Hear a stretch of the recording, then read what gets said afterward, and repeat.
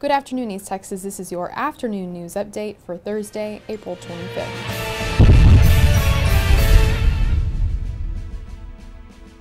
The Associated Press is reporting that the Boston Marathon bombing suspects had planned to blow up their remaining explosives in New York's Times Square, New York officials said today.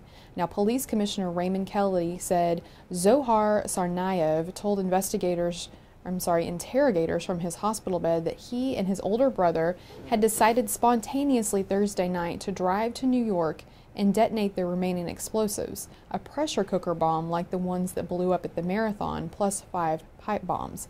Now, the plan fell apart after the brothers were intercepted by police in a stolen car and got into a fierce gun battle that left Tamerlan Tsarnaev dead, Kelly said. Now, Zohar, 19, is charged with carrying out the Boston Marathon bombing that killed 3 people and wounded more than 260, and he could get the death penalty. Now, he was interrogated in his hospital room over a period of 16 hours without being read his constitutional rights. Now, he immediately stopped talking after a magistrate judge and a representative from the U.S. Attorney's Office entered the room and gave him his Miranda warning, according to a U.S. law enforcement official and others briefed on the interrogation. Now, the Tsarnaev brothers, quote, planned to travel to Manhattan to detonate the remaining explosives in Times Square, Kelly said, citing the task force that has been investigating the attack. And he said they, quote, discussed this while driving around in a Mercedes SUV that they hijacked after they shot and killed the officer at MIT. Now, he said that plan, however, fell apart when they realized the vehicle they hijacked was low on gas and ordered the driver to stop at a nearby gas station. Now, the driver escaped and called police, Kelly said. That set off the gun battle and manhunt that ended a day later with Zohar captured and his brother dead.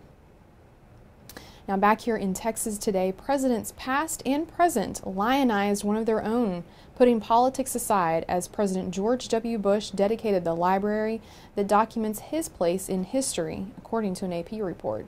Now, President Barack Obama praised his predecessor's strength and resolve after September 11th, calling Bush a good man who faced the storm head-on. Now, Obama and Bush spoke along with the 3 other living former presidents in a rare reunion at the dedication of the George W. Bush Presidential Center. Now, the presidents lauded Bush's aid to the people of Africa, his effort to reach across the aisle on issues like immigration and education, and his leadership in the days after the 2001 terrorist attacks. But they avoided the 2 wars that dominated much of his time in office, Iraq and Afghanistan. The presidents, Obama, Bush, Bill Clinton, George H.W. Bush, and Jimmy Carter, were cheered by a crowd of former White House officials and world leaders as they took the stage together to open the dedication. Now, they were joined on stage by their wives, the nation's current and former First Ladies, for the outdoor ceremony in Dallas. Now, former First Lady Laura Bush said the library isn't just about her husband, but reflects the world during his time as the first president of the 21st century. Now, President George H.W. Bush, who's been hospitalized recently for bronchitis, spoke haltingly for just about 30 seconds while seated in his wheelchair, thanking guests for coming out to support his son. A standing ovation lasted nearly as long as his comments, and his son and wife helped him to his feet to recognize the applause. And also tonight we'll have team coverage of an execution scheduled tonight in Huntsville for 29-year-old Richard Cobb. Cobb is set for lethal injection for the death of 37-year-old Kenneth Vandiver. He and 2 women were abducted during a robbery almost 11 years ago. Now, our Kenneth Dean will be there to cover this story, and Field Sutton of our news partner KYTX CBS 19 is also there. And here is an update from Field from Huntsville. Hey, I'm Field Sutton, and we are here at the Huntsville unit at the Texas Department of Criminal Justice. This is where executions happen, and we are here for the execution of Richard Cobb. It is happening around 6 o'clock tonight. Cobb was convicted of a 2002 robbery at a Jacksonville convenience store that ended up with the murder of a male victim and the sexual assault and kidnapping of 2 female victims. Now, we are going to talk with at least one of those victims coming up tonight at 6 and 10, as well as 6 o'clock. We're going to do a live interview with Kenneth Dean after he gets out of actually witnessing the execution, so he can tell us about what it was like. And in other news today, Texans are once again getting a break at gas pumps across the state. The statewide average is now $3.35 per gallon, according to the AAA Texas Weekend Gas Watch. Now that price is 4 cents less than 1 week ago and 40 cents less than 1 year ago. The statewide average in Texas is also 16 cents less than the national average, which now sits at $3.51 a gallon. Now, of the major metropolitan areas surveyed in the Lone Star State, drivers in Houston are paying the most on average at $3.40, and drivers in Beaumont are paying the least at $3.22 per gallon. And here's a look at your weather forecast from our news partners at KYTX CBS 19.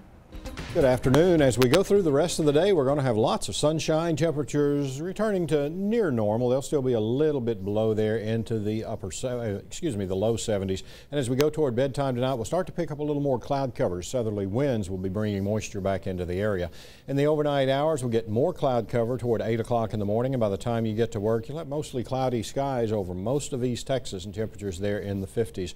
As we go into the early part of the afternoon, the clouds continue to stream northward into the area. Temperatures rising back into the 70s, and by late afternoon and during the evening, there'll be a good chance we'll see some showers and thunderstorms. At 8 o'clock in the morning on Friday, 58 degrees, 67 at noon, and 77 at 5 o'clock. We're going to go ahead and put in a 40% chance of showers or thunderstorms by that time. Best chance of rain, though, Friday night into early Saturday. Sunday looks good. Another chance of rain at the middle of next week. Thanks so much for watching, and make sure to stay with TylerPaper.com for breaking news updates throughout the day.